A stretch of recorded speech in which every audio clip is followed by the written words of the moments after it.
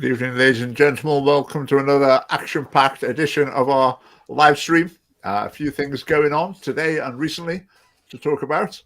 Welcome, Lawrence. Right, I hope you got your cup of tea now. Right, hello. Five. Is it just me, or does the Scottish Family Party logo thinks gingerbread cookie cutter people? What do you think, Phil? Does our logo? Yeah, I think they're a bit gingerbready, but I like gingerbread. So I can't say I've ever seen a whole gingerbread family in one cutter. But if there was one, it would be like our logo. Maybe that should be a sort of a present when you join the Scottish Family Party. What do you think? A Scottish Family Party gingerbread cutter. Yeah, that's good. No mention of gingerbread families in Scotland, in Scottish politics, could go without a reminder of the Scottish Parliament's gingerbread people. When they are in their Scottish Parliament cafe, they stocked gingerbread people in order to be gender neutral, and also in order to make everyone laugh at them, which I think it worked quite well that way. Right. So as ever, we've got lots of things to talk about. I've got a little video to show you as well this evening. Do fire the comments in. We'll try and get those up on screen. We're going to talk about ID cards a little bit later. With Phil in particular, but let's look at some other things. Now, this is a little cartoon. It's actually in my book. I draw cartoons. You can see the level of my artistic talent from this one. If anyone wants to make any encouraging comments about it, how talented I am, you'd be very welcome to that. Yeah, so I draw like a 7-year-old if I'm lucky. But you can see the point here. So this is Scottish Family Party person pro-life placard. Some people are saying, stop being so negative. That's too controversial. Just be nice instead. Christians should be for things, not against things. And the reason I'm showing this is because at the moment we're sort of in discussion, I suppose, with trying to meet up with a few Christian organizations just to talk about some of these issues. Because there are a significant number of people, I think Christians in particular, who think somehow or other it's not quite right to go into politics and say, this is what's right, that's our policy, so you should vote for it. They seem to think there's something not quite right with that. If you're a bit nicer, you'd go and meet the existing politicians for a cup of tea and try and persuade them. So it's all about persuading the politicians we've got rather than electing ones that share values. So we're having some conversations along those lines at the moment. I'm having one tomorrow. Actually, we're meeting some people from other organizations. So hopefully we can have some meetings of minds. I think at the very least, if they understand the points that we're making, I think that might be fruitful. Anything to add on that one, Phil? No. Okay, just let's go for it.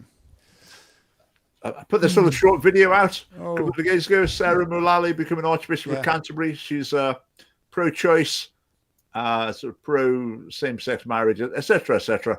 The video went a bit viral on Facebook. Ended up with 30,000 views, a lot of comments, etc. So it's quite interesting seeing that. I found in the past you'd have a new Archbishop of Canterbury or someone, and the word would be, "Oh, we've got a good one now. Just you wait and see. We've got our person in. This is going to be really good." And then 5 years later, you're thinking, no, that was just, no, it's hopeless. But I think with Sarah Mullally, the good thing is the expectations are zero from the very beginning. So we don't have to go through this cycle of, we've got all of our people in the top job now, just wait and see. I mean, we know where she stands. And the reason I'm returning to this story is that within about, a day or two, the Nigerian Anglican Church, according to some reports, has broken from the Anglican Communion. Okay, I found several reports of this. I found other reports that seem to make it sound not quite so dramatic. But certainly they've issued a statement and there's been some sort of dissociation from the Anglican Communion. Now, I'd have thought if you have a new Archbishop of Canterbury, and within about 2 days, the Nigerian Anglican Church, I think is pretty huge, leaves the Anglican Communion. I think that's quite a major news story. I'd have thought that would be like BBC front page, but it's not. It's tucked away in the Africa section.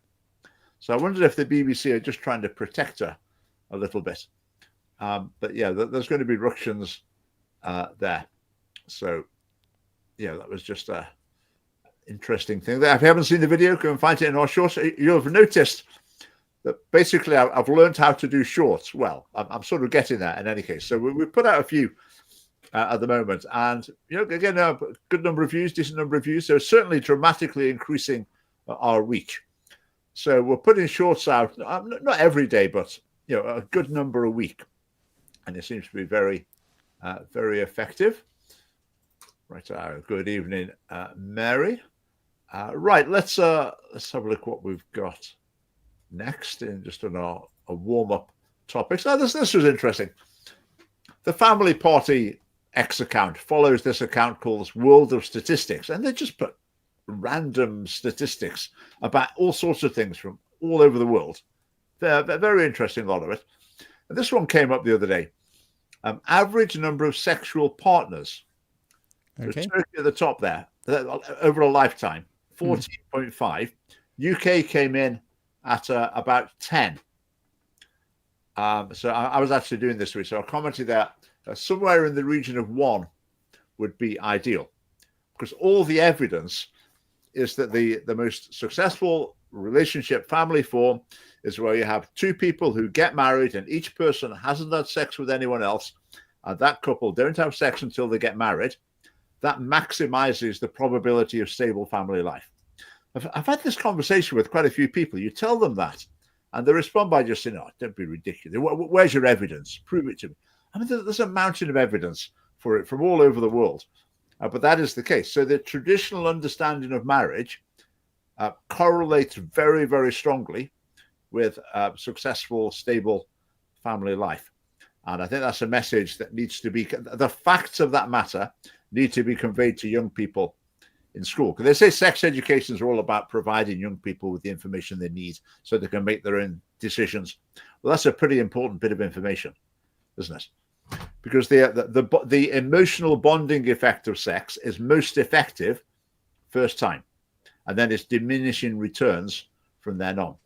So if you get two people who get married, they've each had sex with 5 other people, then, like it or not, unfortunately, the relational bonding effect, the relationship strengthening effect of sex will have been diminished somewhat by the time they get married, so that relationship is more likely to fail. So that's a really important fact for people to know, and it's virtually unknown at the moment. Interesting that Turkey is so high, with it being a quite religious society. It is interesting, isn't it? Yeah. Some of the others were interesting as well that are high up.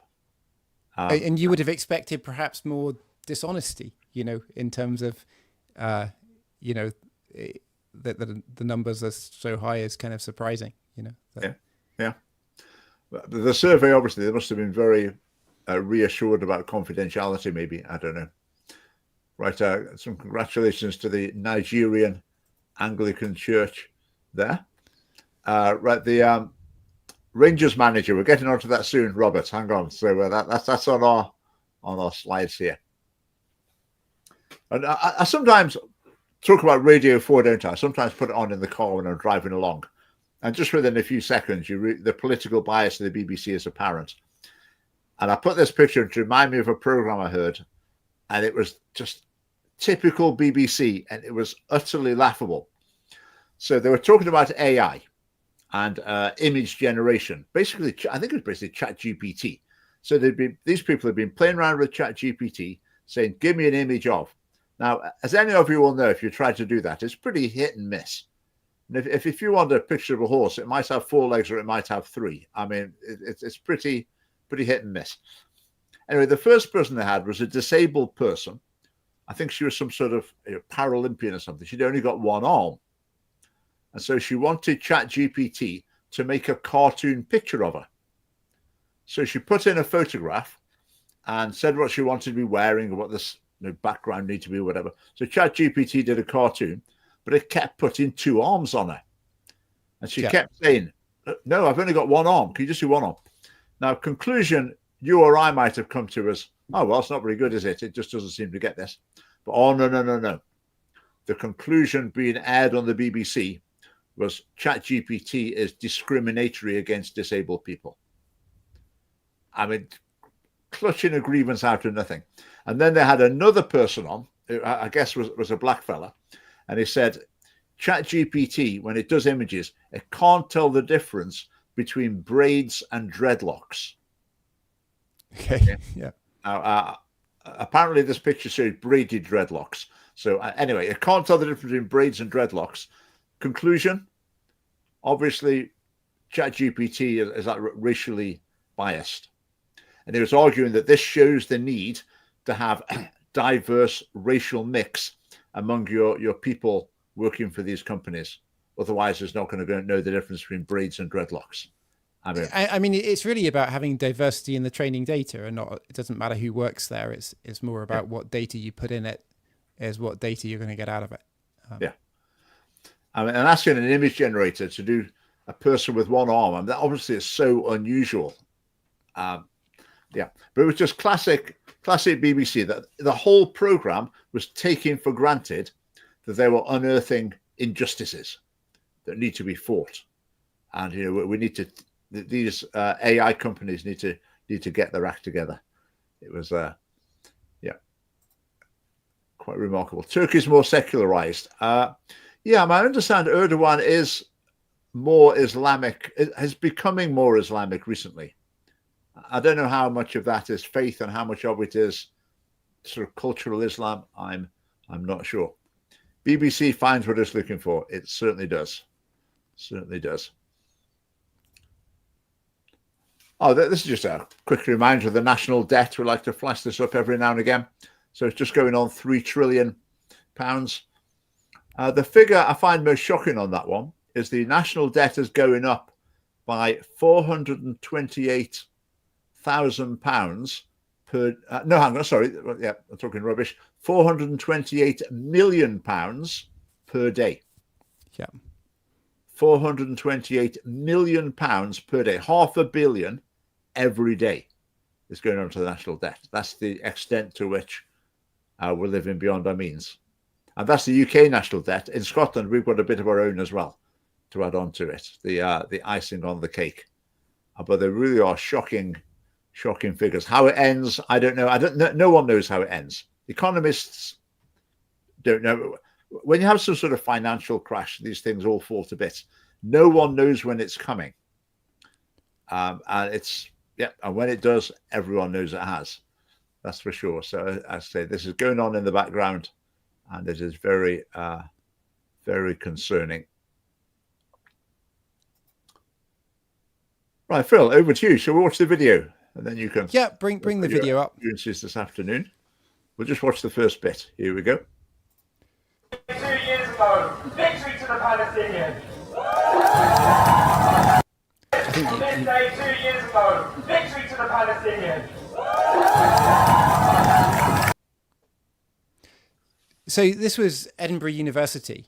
And so that clip there was saying, on this day 2 years ago, which was, October the 7th, and the attack on Israel where how many people were killed total? Is it 1,500, something like that? Yeah. So basically Edinburgh University students protesting and saying, victory to the Palestinians on this day, and everyone cheers. Now, I don't know, people were cheering at whatever the speaker said, so I don't know how much time they had to process that, in terms of to work out what that guy was saying, and that it's just, some of these things you pause and everyone applauds. But yeah, definitely the rhetoric at it was not good. Let me see if I can bring this one up. So one of the things I've heard previously is that often at these protests, I've heard people chanting, from the river to the sea, let Palestine be free. And that sounds like something which is quite genocidal, maybe, because that's where where the Jews are, is in the land, and the borders of it are on one side the Mediterranean, on the other side, the Jordan River. And so from the river to the sea, it basically means that we want to, drive the Jews into the sea. But if people were accused of saying that, they're saying, no, what we simply want is freedom, And so if somebody in the West says that slogan sounds, kind of like a Holocaust or something like that, is no. What we're saying is just we want people to be free in this area.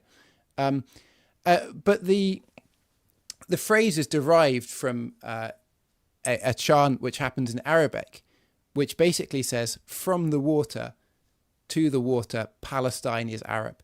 So it's nothing to do with Zionism or any of those things. It's a purely kind of racial thing within that chant, and the charter of Hamas was basically that we want to, drive the Jews into the sea. That was what they started with as their charter, is to obliterate the Jews, basically. And so this was what was being chanted in Edinburgh University. So they handed out a sheet of chants for people to say that is in Arabic, and then you've got the phonetic Arabic underneath so that the British people can chant it, and the translation underneath, from the water to the water, Palestine is Arab. So from the Jordan River to the Mediterranean, let it be Arabs there, basically. Yep. The top line one as well. Oh, martyr, rest, we will continue the struggle. So which martyrs are these exactly? Well, it seems apparent which the martyrs. The martyrs are Hamas fighters.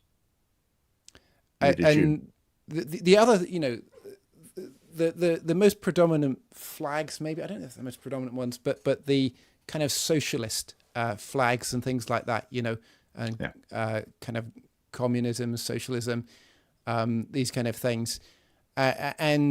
Just the number of university societies that were actually signed up for this. I'm just going to see if I can find that. I've got them. There they are. Yeah. Okay. You bring that up. Yeah. So Justice for Palestine Society, Cahilia, the Pride Society, the Feminist Society, the Flesh Market Film Society, the Social Anthropology Society. I just said that the Flesh Market Film Society is basically a dodgy film society. You could call it. Students of Medical Anthropology, Edinburgh Socialist Worker Student Society, the Chippy Society. I don't know if they just go to chip shops, but they do. The Edinburgh Socialist Worker Student Society, the Occult Society. That's one you want signed up for your cause. The Dirty Weekenders, the Fungi they're actually Society. Environmentalists. Yeah, they go planting trees. So. The Fungi Society, Women in Politics and International Relations, Marine Science Society, Girl Up Edinburgh, Amnesty International, the Hearty Squirrel Food Cooperative, the Film Society, the Vegan Society, the Islamic Society, the Revolutionary Communist Society, the Social Policy Society, the Spoken Word and Poetry Society, Linguistic Society, Sociology Society, Brown Girl Society. We've got sociology, but we haven't got the Math Society. We haven't got the Chess Club. Black Women at Edinburgh University Society. So what's the difference with the Brown Girl Society and the Black Women at Edinburgh Society? How do you decide which one to join? Yeah. Eddie Unicorn, Asian Queer Alliance, Slurp, Students for Action on Homelessness, West African Drum and Dance Society, Soul Society, Permaculture Gardening Society, Arts and Painting Society, Railway Society, Edinburgh University Greens, Sex on Campus. Is that a society? Mina Society. It is, but it's like a feminist anti-sexual assault group. Yeah. Street Law Society, Theatre Paradox Society, Mixed Race Society. So the full kind of range of like kind of social justice, kind of like a lot of, I guess, progressive left-wing kind of stuff with a few others mixed in, like the Chippy Society or something like that. These are people who've deliberately signed up for an event on the 7th of October. So the thing they're signing here is a response to the university saying, we are going to have our event on the 7th of October after being asked not to. Yeah, so the university asked them not to hold it. The protesters are saying that basically the university is investing in things linked to Israel, by which they mean Google, Facebook, the FANG companies. Basically, if you want to make any money in your investments, you probably need to be invested in some of those, because as everything goes to AI, these are the only people that kind of have the AI systems. But and so they're basically linking the university to saying they're funding Israel because of these things, and they need to divest from these big multinational companies. And that's their kind of line there. Well, just say on the issue, I mean, say what the students were doing today was outrageous. As I always say, variety of valid opinions on the war. And how Israel's behaving, how they're conducting the war. I think it's undoubtedly a just war. That doesn't mean that everything that's done in the prosecution of it is just. So we're not talking about that question in particular, but we're talking about. I guess, I mean, what students? If we ask a student from Edinburgh University, they'd probably say that's like the lunatic fringe. You've got I mean, there's more people not involved in it than are involved in it. There's other people just going about their business, going to the library, and getting on with their daily things, and so I'm confident. I hope that that's not reflective of where everyone is. You can see the Corbyn party there here, can't you?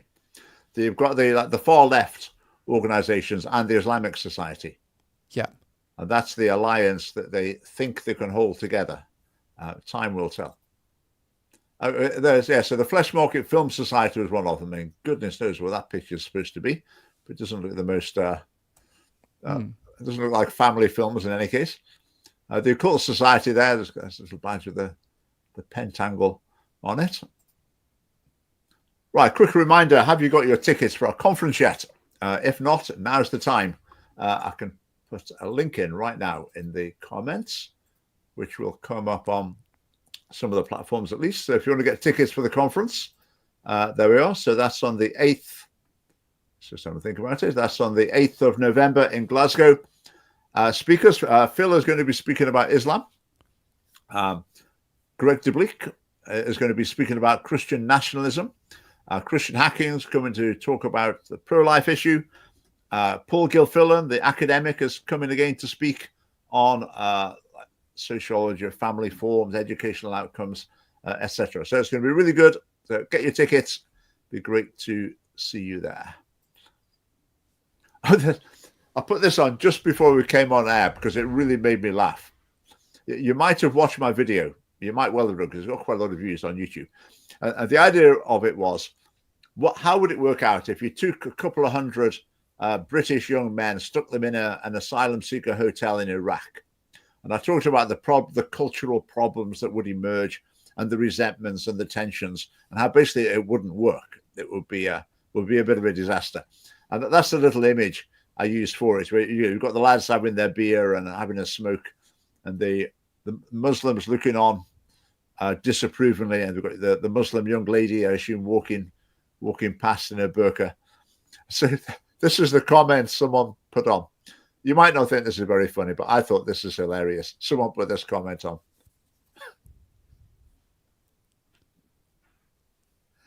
Is it just me, or is that really funny? Get your face out for the lads. Anyway, I thought that was hilarious. So on we go. Right, so this is from the news today. Robert Jenrick doubles down on claims he didn't see another white face during a visit to Birmingham. Did you follow this story? So Robert Jenrick, a little bit. Yeah, he seems to have the knack of getting himself in the news. And he called this area of Birmingham, Handsworth it's called, the worst integrated area in Britain, potentially. So we went for a walk along the street, didn't see a white face, and that's been seen as controversial. But the first thing, some people are saying it's racist to say you didn't see a white face. I mean, that's just an observation. I mean, if that's the case, that you walk along the street and didn't see a white face, that's the way it is. You can talk about whether that's a good thing or a bad thing, or whether people are happy or not with that, but just observing the fact, I think, can't be one thing or another. But let's have a look. Now, the interesting thing was, it was talking about Handsworth, which is in Birmingham. When I was at university, I lived quite close to Handsworth. I lived in Handsworth Wood, which is not actually in Handsworth. But Handsworth itself had got a reputation as a place that was very dangerous. And you really, you don't go there later in the evening, put it that way. But I knew the high street. And I was in Birmingham just a few weeks ago with my son. We went to have a look around a few of the sites. And on the way back, I said, hey, I know what. Let's go through Handsworth. That'll be an eye-opener for you, because it's maybe unlike anywhere else you've been. So we drove along the main street, the shopping street in Handsworth, and it certainly is very different. So I went to Google Maps and got some pictures of it, just to give you a flavour, and then we can talk about what we think of it. So, right, that's just one picture. So the shop's there. Well, there we've got the Modesty shop, Hijab Heaven, there, hijabs, etc. Then below we've got the Bank of Baroda. So you go along this street, and substantial majority of the shops, they're distinctly foreign, if you like. Well, they're not related to culture. They're not related to mainstream British culture. Let's put it that way. Or they are a foreign business, like Bank of Baroda, whoever they are. So some clothes shops. Deepika Fashions, Pashmina, Shri Ganesh exclusives, and there's not miles of it, but this is a long high street, and it goes on like this. Now, I wanted to show this one because when I drove along the street, this is a thing that really stood out to me.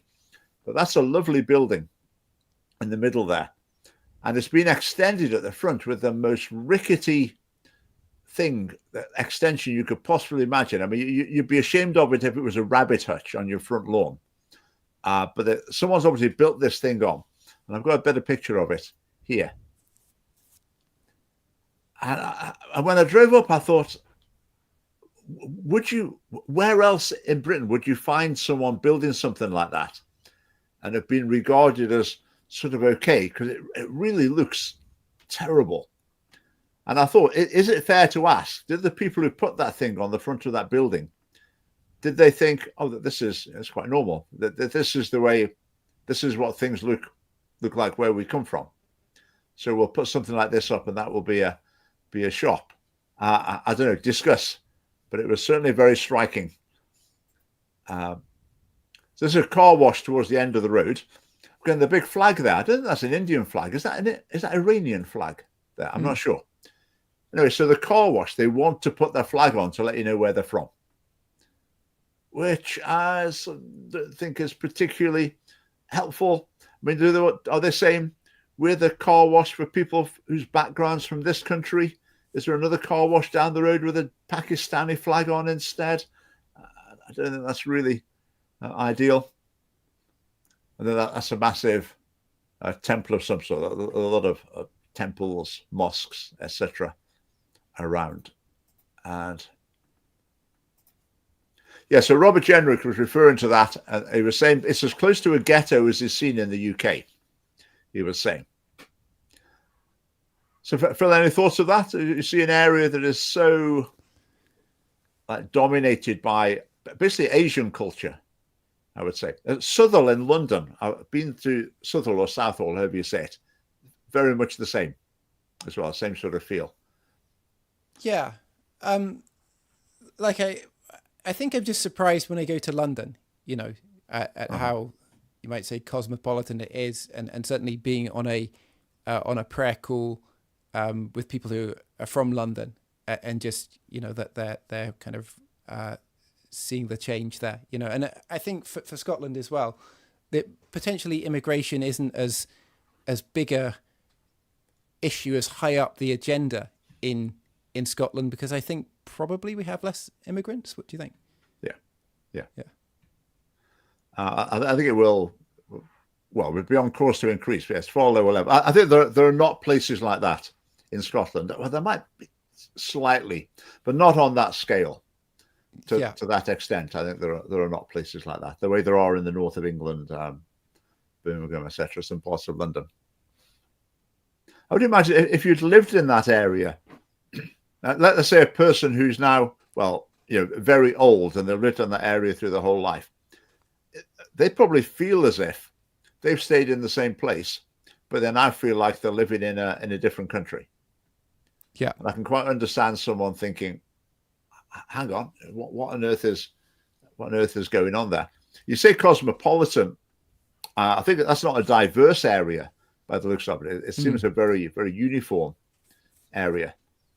I mean, is everyone getting on with each other? When I was there at university, they're having riots in Handsworth. So there obviously were quite serious problems. Maybe people are getting along quite well now. But Robert Jenrick's point, I think, was look, all these people are still grouped together. We would like them to be more integrated into wider society. I get that point, but it may be that the people living there on the whole are quite law-abiding and getting on with their lives. But I would imagine the amount of integration slows down, assimilation slows down, the bigger a community of people with the same alternative culture are grouping together. So a new immigrant coming into Handsworth, their rate of assimilation into like the mainstream of British culture is going to be very, very, very slow, because there's probably a large group of people who will speak the same language that they do. So the need to learn English will be pretty low, and you can probably live virtually your whole life just within your sort of nationality of origin. Nationality of origin. So assimilation in that situation is going to be very slow, and if at all, if there's going to be any at all. So I'd agree with Robert Jenrick that there are concerns about that. I think ultimately the solution to it is just slow down immigration so that assimilation, integration takes place more quickly than immigration. Because at the moment, or for recent decades, it's gone the other way around. How do immigrants feel about multiculturalism? I would imagine a lot of them would think, yeah, multiculturalism is great. We live here. We've got a massive temple up the road. I've got loads of people from my country, a massive extended family, and we're really happy together. And we live basically just the way we did when our family was in another country. Only we're 5 times richer because we're here. So I think a lot of immigrants in that type of context will be thinking, yeah, this is great. This is suiting me really well. But I think for the wider nation, I think it's healthier to have more integration. Yeah. Okay. Gareth, potentially new laws in the area dominated by the new majority culture. So likely assimilation into something else. So the new people coming in, if it is totally multicultural, people will be assimilated into the culture that they're surrounded by. And in some cases, that is not sort of native British culture. So I thought it was just interesting. He was talking about Handsworth, and I'd been there quite recently and driven along the street, which I imagine he walked along. He also said it was like a slum. I mean, it was pretty scruffy and messy, some of it, but that's not uncommon in big cities, I would say. So, right, moving on. Oh, there we go. Someone asked about this. Was that you, Robert, who asked about this? So this was, I don't follow football particularly. Having said that, I'm publishing a video probably next week, about Rangers and Celtic. Look out for it. It's in my humble opinion, something very different, and I think people will find it very interesting. I'm not going to give more than that away. I'll be stealing my own thunder, so keep your eye open for that. But anyway, apparently Rangers had a new manager, and he turned out to not be doing very well, so they've sacked him. And Murdo Fraser tweeted, this manager was a vegan, a Buddhist, and a Green Party member. So Murdo Fraser tweeted about the Rangers manager, no more vegans, Buddhists, or Green Party members. Apparently this has been reported to the police because he's saying no Buddhists. And so he's inciting religious discrimination for the role of being manager of Rangers Football Club. So what's your take? What's your take, Phil, about that? Are you bothered that he said that, or what do you think? Not too bothered, because it's kind of like a humorous comment, I think, and I don't think you should separate Buddhist from vegan, in terms of saying like, oh, because he mentioned Buddhist, that makes it wrong. Would you say vegan is a philosophical belief? Perhaps that would come under religious discrimination or something, or Green Party. Yeah. You know, I don't think you should have any distinction between laws for vegan, Buddhist, or Green Party, probably. Yeah, it's a funny one. I mean, if he'd have said he was SNP, say or said he was in the Labour Party, is it appropriate for someone to say, "Oh, typically, see, we had a Labour Party supporter. Look what happened. We don't want that happening." I would say that's just a joke, isn't it? Really, I don't think anyone would be, or would they be serious? Maybe some people would be serious about that sort of thing. I think that sounded a bit like the list of things that we saw on the pro-Palestine, signatories. Those elements were pretty much among it. Maybe not explicitly Buddhist in there, but that sort of alternative culture. So my take on it, I think all the like talking about reporting it to police, I think that's nonsense. But is it a good thing to tweet? I guess sort of was a joke, but I'm sort of uncertain as well. Because basically the problem with the manager is he's no good as a manager. So the fundamental question is, for Rangers Football Club or any football club, because this is not sectarian really. So for a football club, is it reasonable to be bothered about the religious beliefs, the dietary habits, and the political allegiance of the manager? Are they valid things to be commenting on? Borderline, but I guess he's joking. So we'll maybe. Have there been any famous vegan athletes? That's maybe a question for ChatGPT. I'm not aware of that. I don't know. Okay, I'm not even going to read that one, David. That's okay. Moving swiftly on. A very quick story. That's Maurice Golden, MSP, with his lovely dog that won an award. So he said he likes his dog so much that they've passed a new law in the Parliament. Well, I was going to say making it a crime to steal dogs, but that's not true because it was already illegal to steal dogs. But this new law makes it illegal to steal dogs, and it acknowledges how much people like their dogs. So, Phil, you're a dog owner. Are you reassured that there's now an extra law about stealing dogs that recognizes how much you like them? Is that saying that the more you like them, the more severe the penalty, or what? I don't think it says that. I think the assumption is that everyone really likes their dog. I mean, it's just. I think I mentioned this in my start of my conference speech a couple of years ago when I said playtime's over. This was one of the examples I gave of playtime. Just wasting the time of the Scottish Parliament. Basically, Maurice Golden's thought this is going to go down really well with dog owners. There's a lot of dog owners. There's going to be a few votes in this. Yeah. So I'll present this just mushy nonsense that doesn't do anything, but it might get us a few votes. And all the other MSPs. My wife has had a stolen dog, and so it might win her. It's already illegal, though. That's the thing. It's already illegal. So what now? I mean, if I was a cat owner, I'd be thinking, well, this is discrimination. This is speciesism. We want a law protecting cats. It's already illegal. Yeah, but it's not as illegal as it is for dogs. It's just it's the Scottish Parliament all over.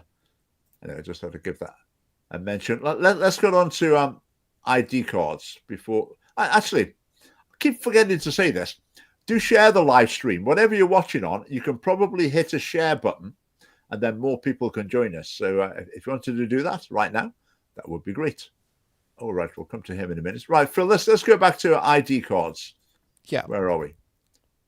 We didn't quite get to the end last week, so. Okay, I'll try sharing my screen if I can. I'll get rid of this one. the leave studio button is right by where the share screen one is. So I'm gonna try that. Okay, so I want to do window here. Okay. Okay, so I've been trying to draw this out while you've been, I've been talking, so that's why my eyes have been looking down at times. So this is probably how things kind of work at the moment. That arrow maybe shouldn't be there, that one. So basically, at the moment, you go to the shop and you pay your money, and the shop then pays the money into the bank. If you buy a home, you go to the bank and they agree to give you the mortgage, and they put some money in and you put some money in. You go to your work, and your workplace pays your money into your bank, and you can use your computer pretty much freely. You know, that nobody's saying you can't go on that site, you can't do this thing. You know, that occasionally you might get a ban from a particular company or something like that. But there's nothing at the kind of governmental level that says this is what you can do and this is what you can't do. And that's because the companies have autonomy, basically, about, you know, who they have on their sites. And there might be a legal issue. Like, it might take the police to get involved in something to say, you know, this person has been doing offensive things. Facebook, what are you going to do about it? You know, and you know, so we saw in the election run up for the election before last in the United States, that there were things happening where people were being kind of chucked off Facebook left, right, and center, chucked off Twitter and these kind of things, and unable to post and these things. But behind the scenes, there was administrative work needed to do to find out who these deplorables were and to stop them from posting, and to sort of work behind the scenes and things like that with things like Hunter Biden's laptop and these things to stop these things from kind of spreading online. We had issues in Canada with the truckers' protest. That, you know, what happened there was that what's his name? Justin Trudeau. That there were protesters there who were protesting about what was the protest about with vaccines, the trucks? Compulsory vaccines. Yeah, so enforce vaccines, and basically they were saying you couldn't work if you didn't have a vaccine or something along those lines. And so truckers started protesting about that, saying we're not going to deliver stuff, we're doing all sorts of blockades and things like that. Trudeau declared them to be, you know, illegal. The truckers obviously couldn't make money while they were doing these things. And so various people in the public who supported the truckers said, we're going to donate money to them to help them to you know, blockade the streets as long as is necessary to kind of bring things to a standstill. And so Trudeau said, like, there's some sort of state of emergency. And he then kind of retrospectively declared those who had given to the truckers to be kind of enemies of the state. And so they got their bank accounts shut down for having donated to this cause, basically. But all these things, it's a lot of effort to actually to enact those things, to put pressure on the banks, to you know, do all of these things, you know, behind the scenes. It's hard to do, you know. What a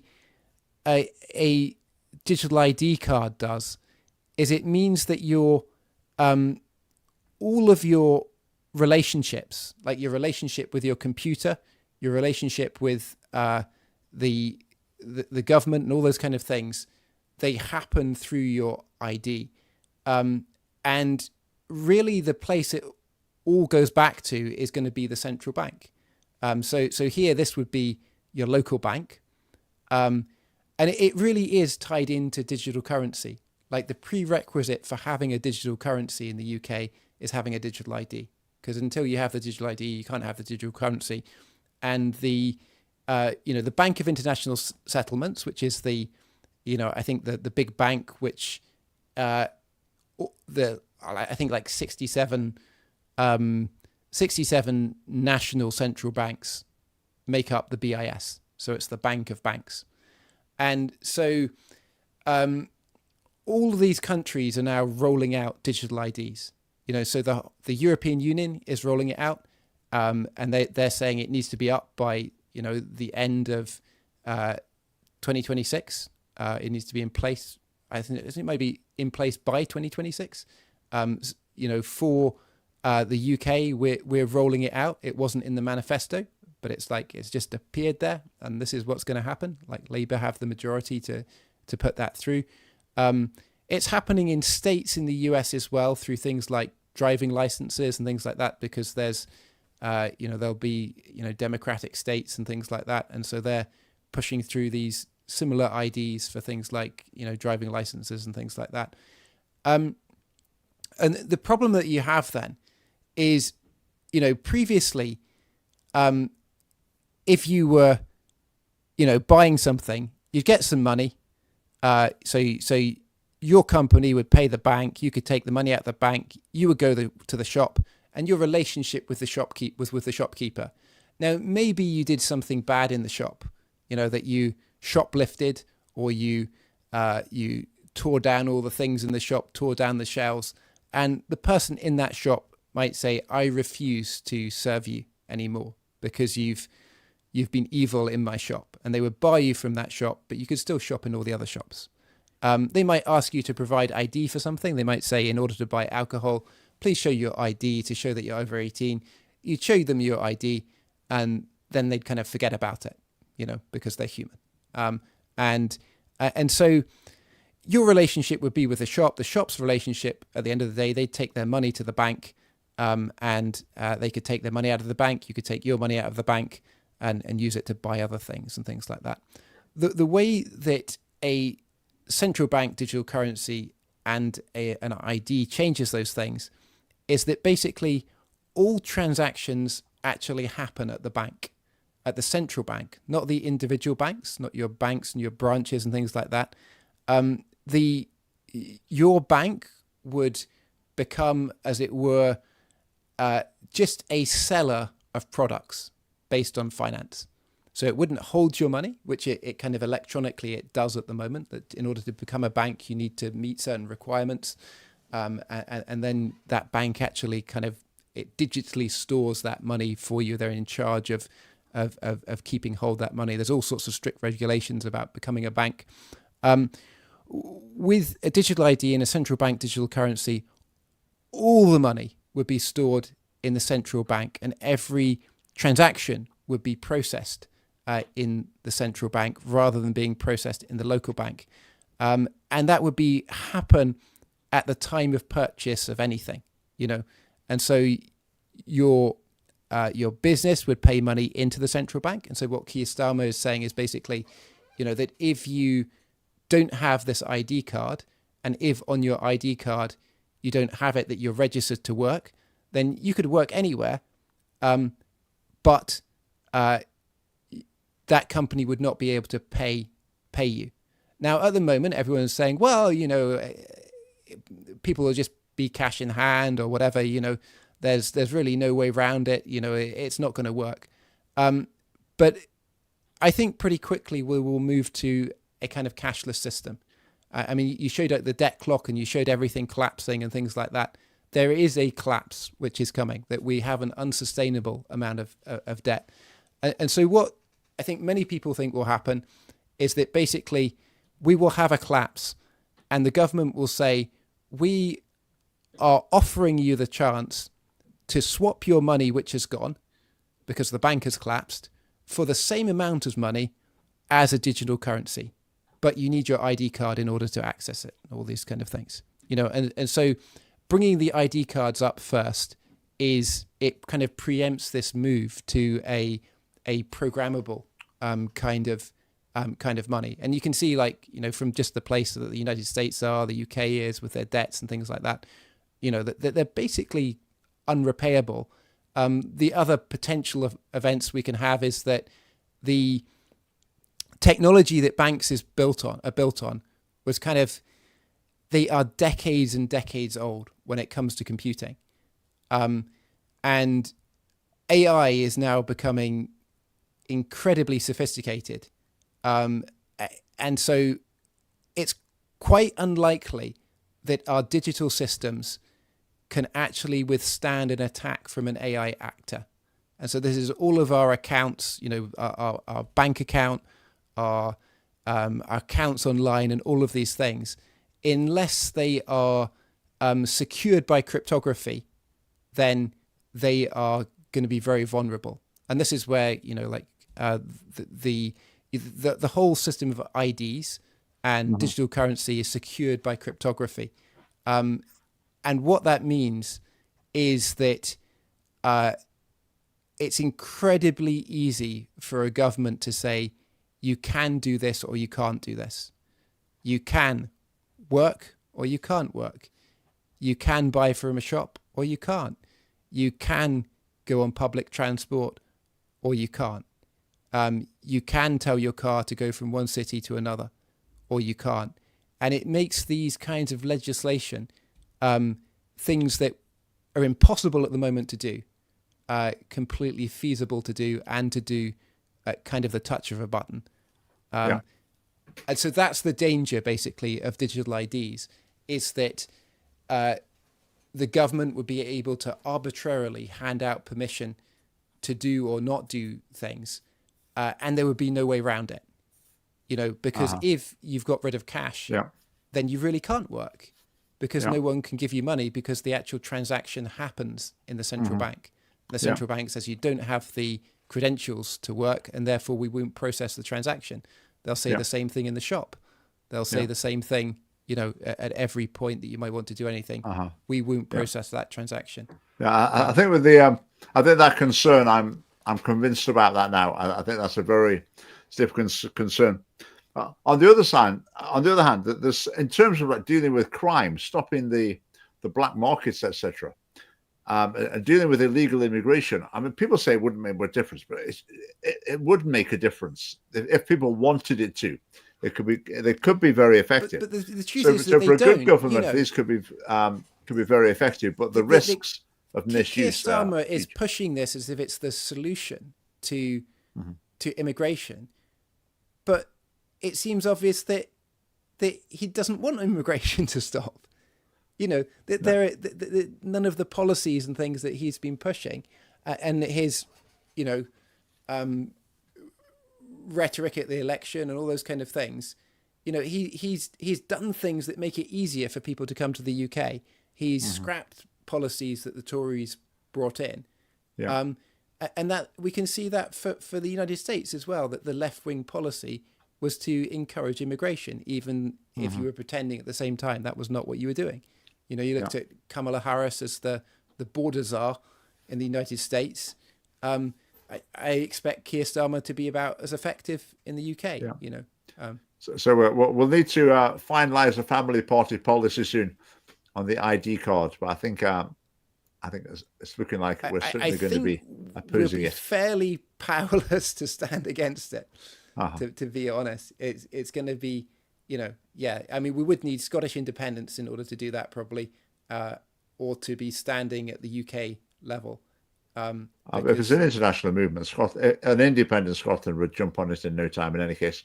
Yes, unless we're in charge. And if it's there and we're in charge, then we can arbitrarily shut off people's ability to do anything. What laws would you pass? What arbitrary things would you do? Well, I like that idea. If the button were your fingertips. I think we could use it very wisely to deal with some problematic people and activities. Yeah, definitely. Have I missed a few? Right, a few things. How many? We just got 5 minutes. I'll save that for another week. This is just about the Manchester attack on the synagogue. The police officer, the last I heard, the story seemed to be that he shot dead the attacker, and possibly maybe the bullet went straight through him and hit someone else. Or anyway, it seems like one of the worshippers at the synagogue was killed by a police bullet as well.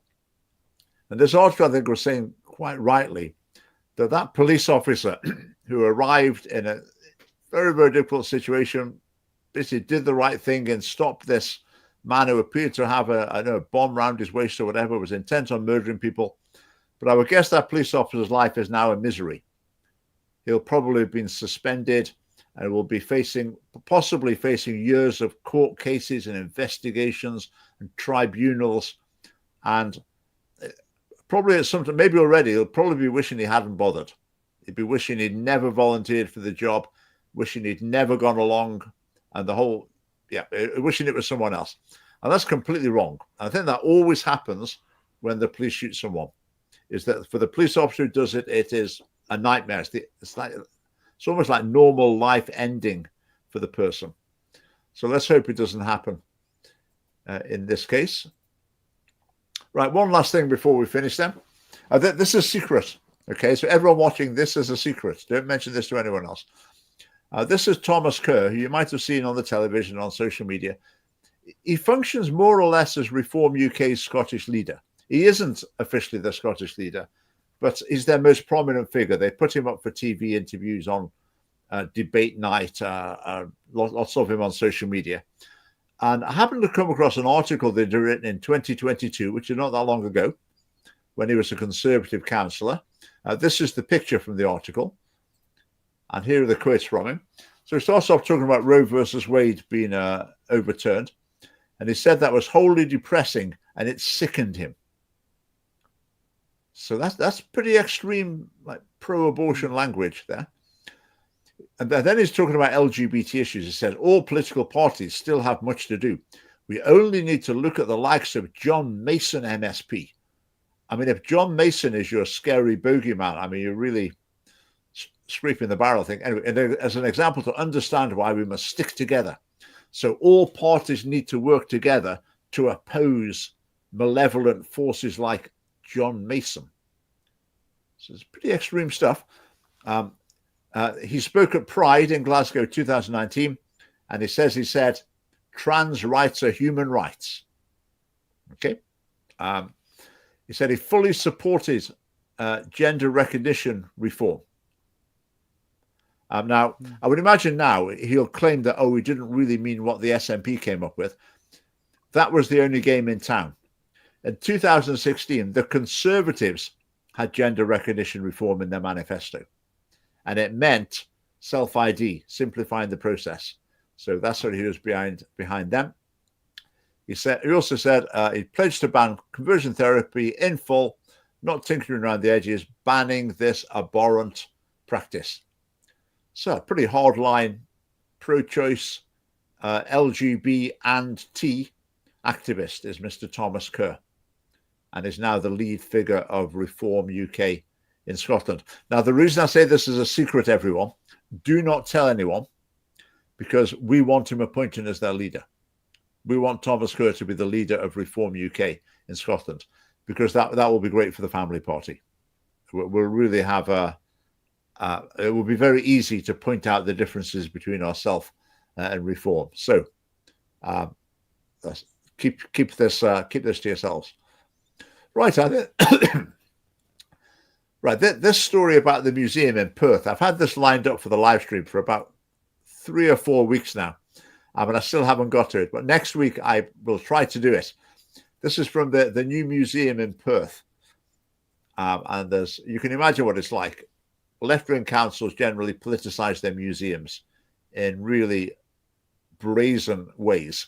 So I just took a few photographs walking around, but I'll talk about those next week. That's an interesting comment. Reform not necessarily unionist. Now, I know some people say that because their previous spokesman in Scotland was, or maybe still is, a Scottish nationalist.